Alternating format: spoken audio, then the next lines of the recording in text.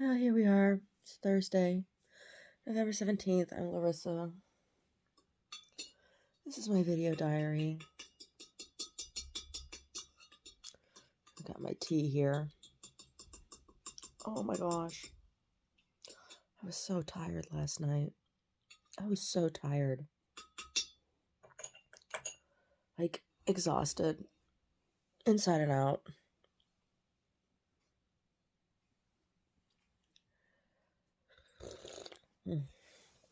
Can I set this somewhere? I don't have to hold it. I can have my both hands free.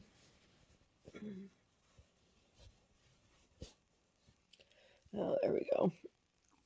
Oh, it's just me and Brody up here. Oh, my hair feels so weird. Oh, it does. It really does. Yesterday, I got pulled new shampoo conditioner out of the closet. Right. I switched my grocery store. Right. I'm not going to the one that I used to go to all the time because I don't want to give them money anymore because I think they had something to do or knew what was going on with that rat on my truck. Right. I do. I think that was some sort of weird. I don't know. I don't know why anybody would have thought that was funny. Like putting a dead animal in somebody's car. What kind of prank is that? If it had been a rubber dead rat, okay, that would have been a little fucked up, but okay, that would have been a prank, a Halloween prank. An actual dead rat, an actual dead animal, that's not a prank. That's animal abuse, and it's creepy, and it's an old school mafia death threat.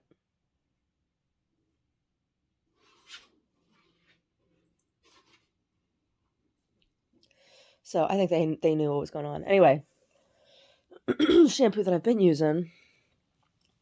I have one more set of the shampoo conditioner in there, right? But I want to save it because anyway, I got out Pantene. I had some Pantene in there, and my hair was like real silky yesterday, but it feels really weird today. It still smells like Pantene.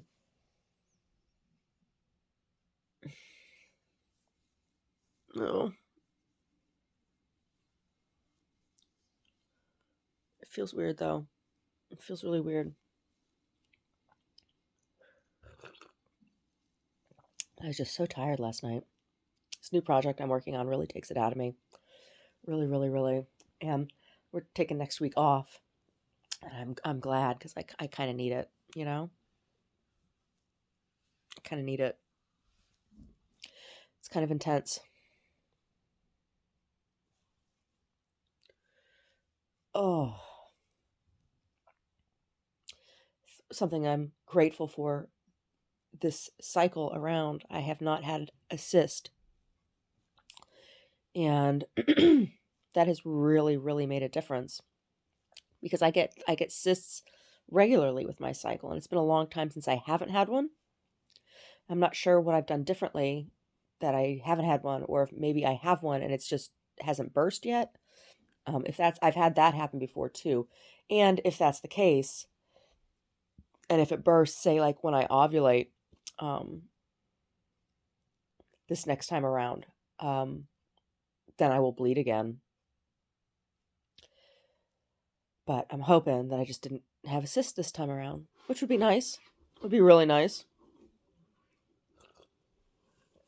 I haven't had, I haven't had some of the more severe unpleasantnesses. Oh my God, so congested. And when I know that it's something around here in the air because when I leave the property, the congestion goes away. It's so this time of year, there's spores coming out from fungi, and there's spores coming off of the trees right now, and I am allergic to evergreen spores. And I live out here in the woods. So, you know, donuts myself. But I'm hoping I don't get laryngitis. That would really suck right now. The first 2 years that we lived here, I had laryngitis for like 3 months at the same time. So I know it's like allergies to the to the spores and stuff. Oh, it's awful. Anyway, yes, I did watch the basketball game, but you know what? I don't think I'm going to talk about basketball anymore.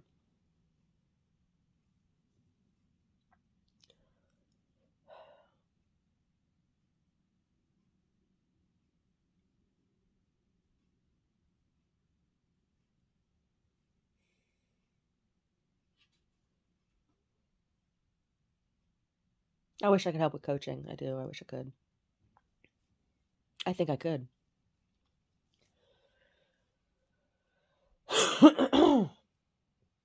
Just outscored last night. Oh, I said I wasn't going to talk about it. I'm not going to talk about it.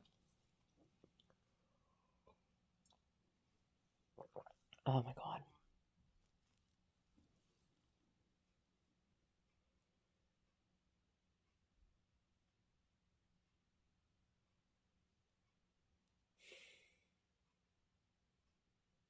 Working on a new jacket.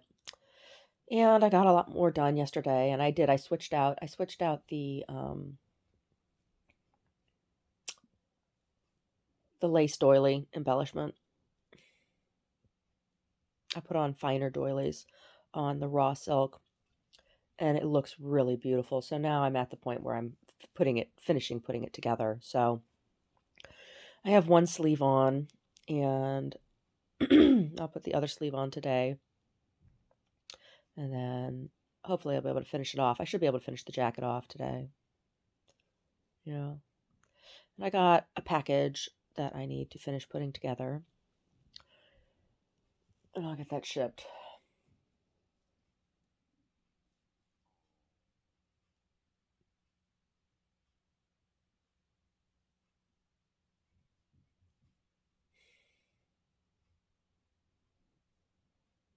I'm hoping it'll help.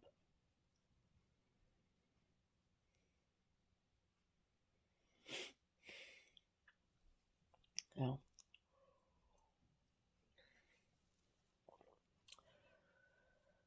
I'm going to start a new tea regimen this this coming week, or maybe even today.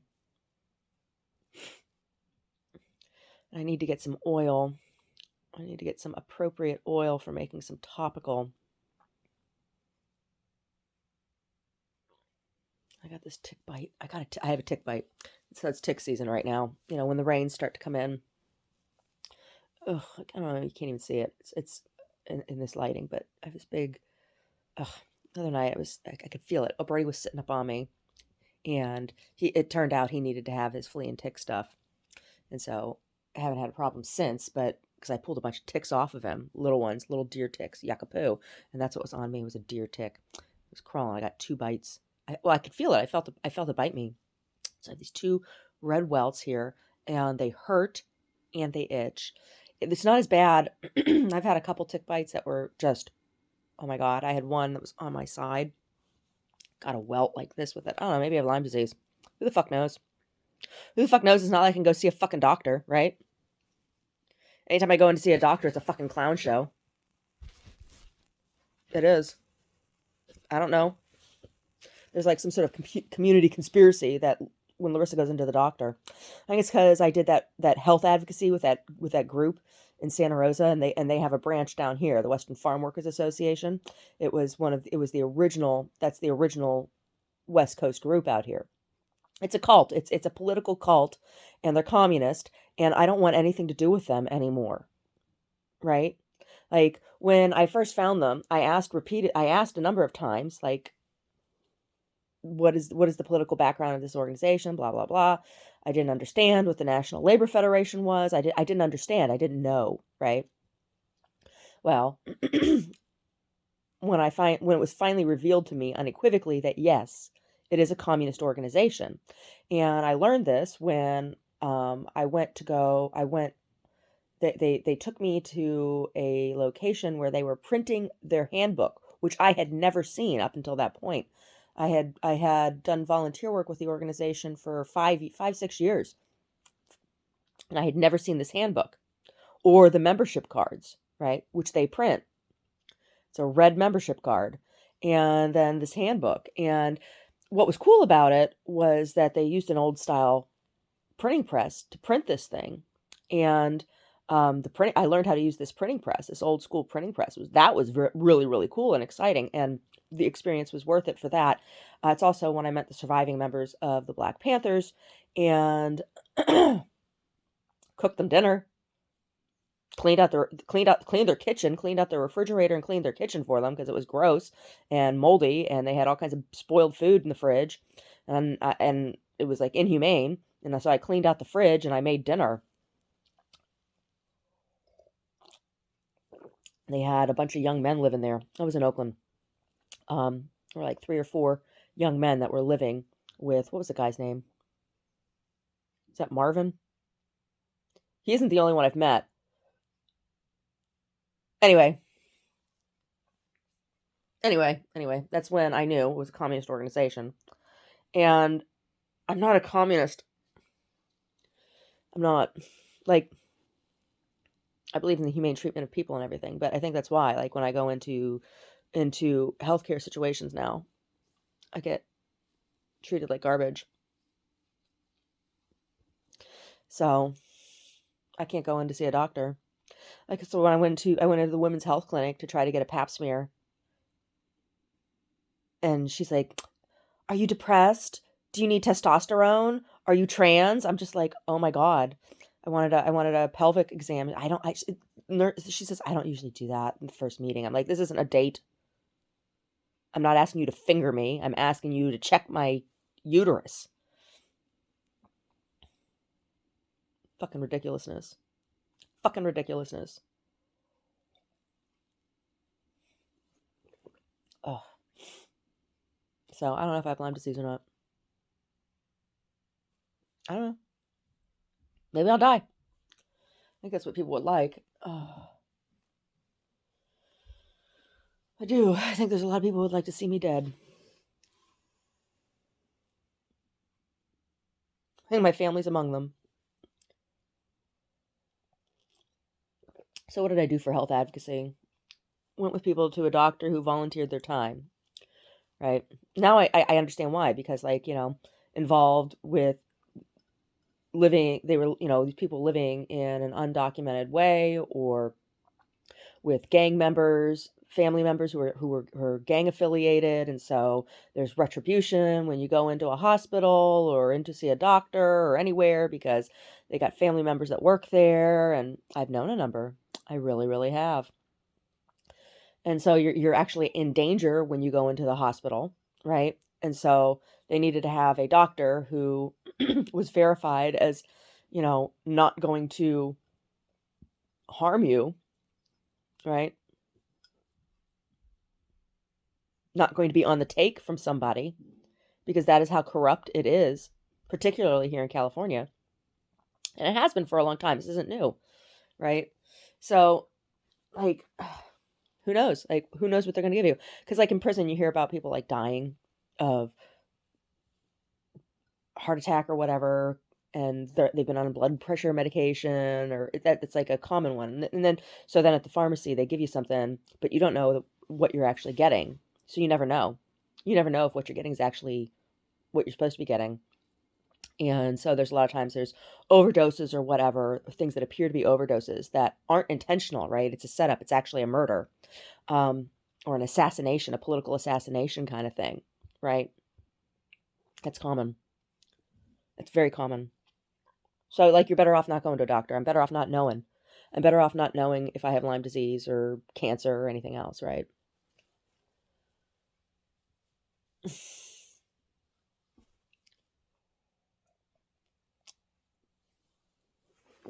my God.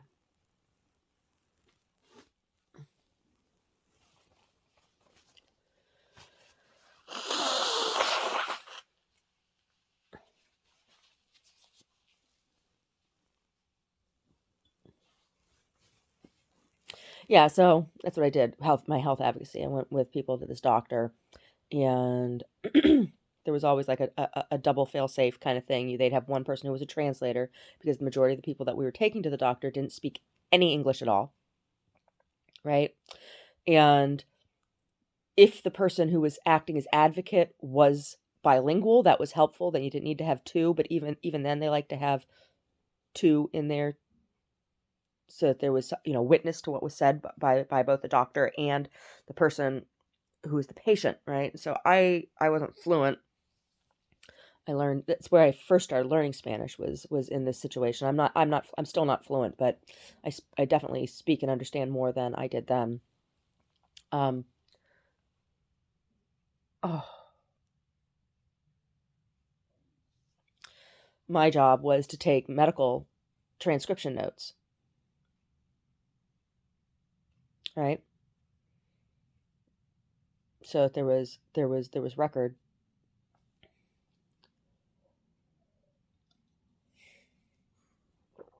Then there'd be a translator that would say back and forth to everybody, translate for everyone. It was dubious, but like a lot of people hadn't been in to see doctors for years and years and years, and I get it. Probably not for lack of trying, but probably because, when they'd go in, they'd be strong-armed by family members of opposite gangs or whatever. Even if that person is not personally gang affiliated, right?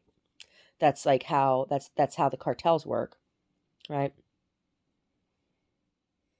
They invade every part of your life, isolate you so that they can extort you and abuse you, right? That's how it works. I remember one young woman that I was taken to the doctor, and the doctor was fairly certain she had ovarian cancer or cervical cancer. She and I were about the same age, and I was like 24, 20, 25, 25, 26 at the time.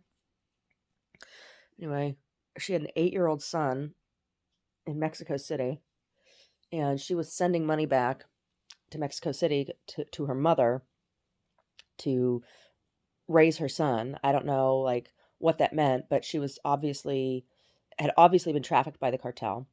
Her husband, her partner, her boyfriend, who the hell knows if he was really her boyfriend or if he was just the person that she was placed with to live when she was trafficked. I don't know. We had a language barrier. She spoke very, very little English.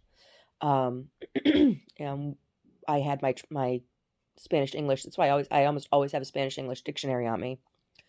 Um, so that we could that's how we communicated. And when I had her to the doctor, the next day, her partner, her boyfriend, was injured on the job severely. Severe closed head injury. And like it was never explicitly said it was or wasn't an accident, but I think it wasn't an accident. I believe that he had been targeted, right? He had been targeted because she had gone to the doctor.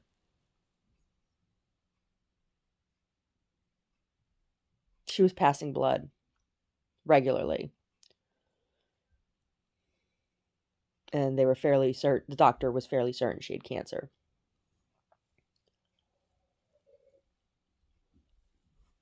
And, they'll give you things like I said, they'll sneak things into you, whether it's through groceries at the grocery store or um, pharmacy or whatever, breaking into your house. Like people broken into our house here on numerous occasions and taken food, or there have been a couple times I'm pretty sure things were put in food because other stuff it's when other stuff was taken out of the house kind of thing, right?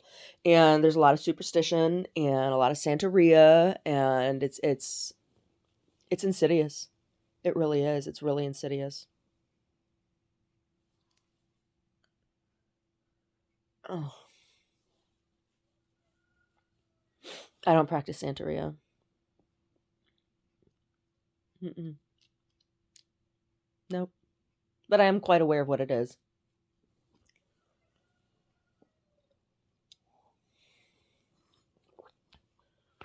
Oh.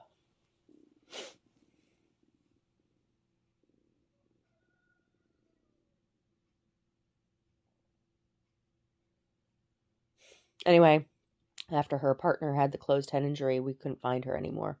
So I don't know what happened to her. I don't know what happened to her. I don't know what happened to her. She disappeared.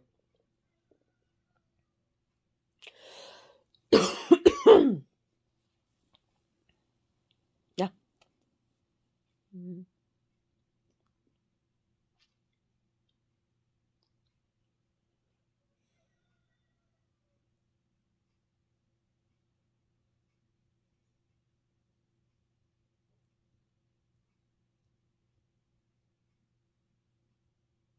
The politics are really interesting. I remember, I will never forget when Omar and I went and heard Ward Churchill speak. Very, very, very interesting presentation. He had been a long time recognized member of, oh, what tribe? Oh, having a brain fart. Anyway, he was a professor at a university, and he was losing tenure for speaking out on, I can't even remember what the fuck it was. But in addition to losing his tenure, he was being censured by the tribe. And he was talking about the public campaign by tribal affiliates, right? Different tribal groups were, and he talked about, people associated with the casinos and with reservation law and different things. And he was of course an expert on indigenous law, on tribal law. And that's when I started looking into learning about tribal law myself, because tribal law does not necessarily mean any one specific tribe. It is a form of governance that is present on all continents. Tribal law exists among the groups, esoteric groups in Afghanistan and other places throughout the Middle East and everywhere. Tribal law it has a different. There's different customs that are acknowledged and practiced. And so he was talking about being attacked both from the professional white man world and from the white man world and from the tribal world as well. And he was talking about, how he was having trouble, or how he was challenged with being effectual for his students to be professor while still um, while taking hits from both sides, right? Um, and he was talking about he didn't use this word. I mean, this was many years ago. This was like 18, 19 years ago when we saw him speak. Um, he was talking about fidelity and integrity of academic pursuit, and um, of fidelity to history, right? And he was talking about the differences in having firsthand knowledge of and knowing, or been around during historical times, and what was both um, taught by the white world and by the tribal world as well, and how neither were accurate, and that it was a really, really, really interesting presentation. It really was. It really, really was. And I don't know. I don't know whatever came of him. I don't know what he does now. I don't know. I don't know if he still teaches, or if he's dead, or if he's, living on a res, or what the hell his story is. But it was very, very interesting. I should look him up. I should look him up and see what Ward Churchill is up to. Very interesting person. Very interesting person. A very, very interesting presentation that we saw. Yeah, it was. It really, really was. I don't know. As a human being, I really try to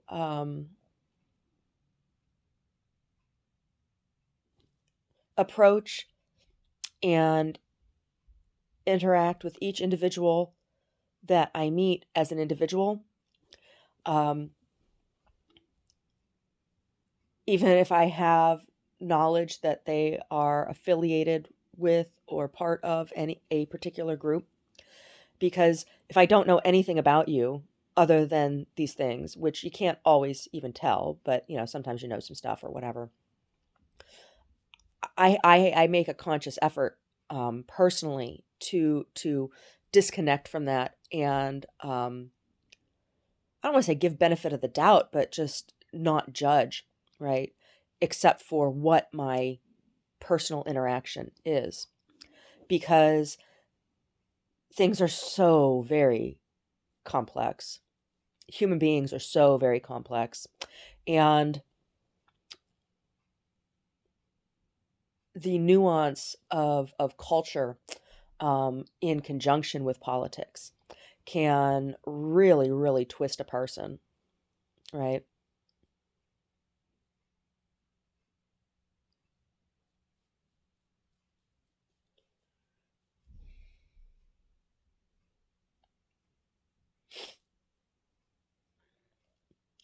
That's why am a big advocate for of anti-race politics, right? Because I don't believe that there are different races. I believe that there's only one race, the human race. And racial politics, color politics are a defining tactic of communist agitation, right? It's a part of the Communist Manifesto to incite race war, to divide people, to segregate people. And I am unequivocally an integrationist. Segregation to me,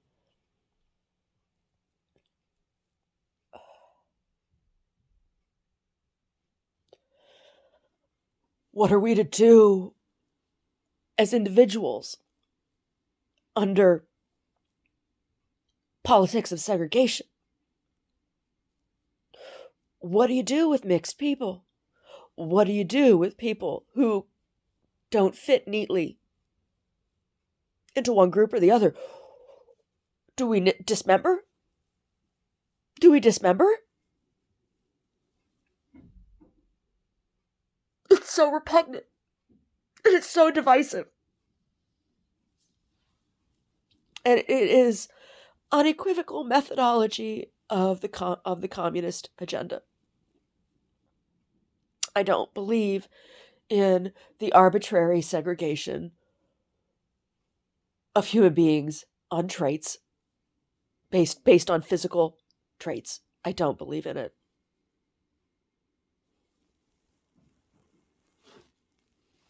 I believe it is morally and ethically wrong.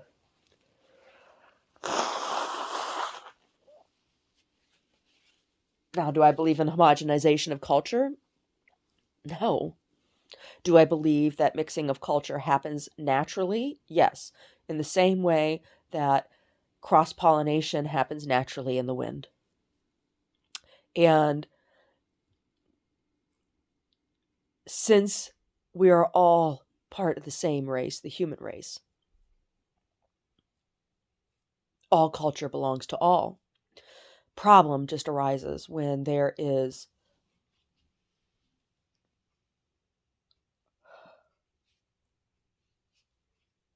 disrespect, right? Disrespect of the common humanity and dignity of people.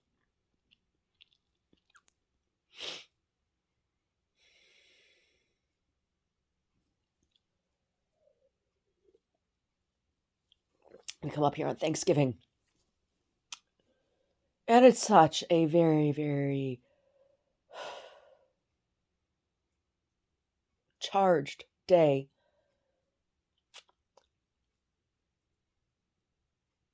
For many reasons, for many people, for different reasons, for different people. And the fact is that we all live on this continent together, those of us who live on this continent. We all live here together. And there is no shame and no insult in having a day to stop, to feel gratitude in your life, to give thanks. It doesn't mean you have to be giving thanks for the same things. That is a very, very individual kind of thing, a very personal thing, kind of like voting, kind of like prayer. The prayer I wrote for my practice. Thank you for this day, for bringing me together with this space, for allowing me to be a clear and present vessel for your energy. I ask that I may be able to detach and release from all I hold which no longer serves. I ask that I may be able to detach and release from the outcome of this my prayer. I ask for this or something better, so that all may be offered in the highest good. I ask for this or something better, with all of my sisters and brothers. Amen. That's a functional prayer that I wrote for my Reiki practice. And it is an invitation to myself to surrender that, to surrender my ego, to surrender my desires, my wants, my passions to the will of God, to the highest good, however you call God. I think it is fair to call God the highest good.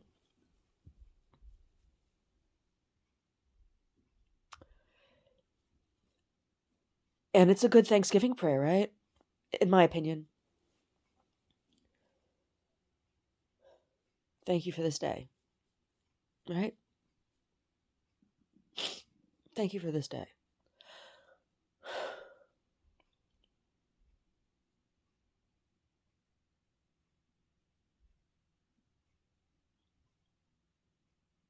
It requires no creed. My prayer requires no creed. It requires no belief. Thank you for this day, offered in the highest good. Anybody can wish to serve the highest good, right?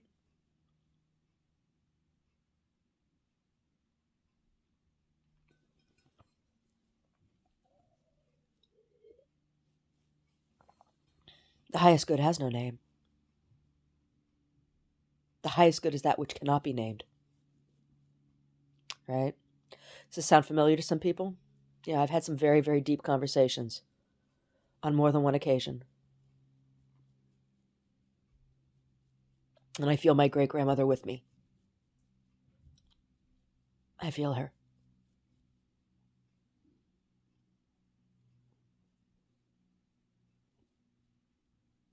We tread so heavily on this earth. We tread so heavily.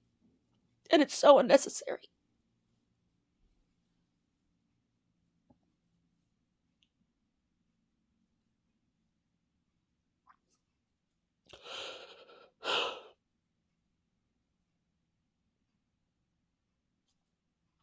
That's it.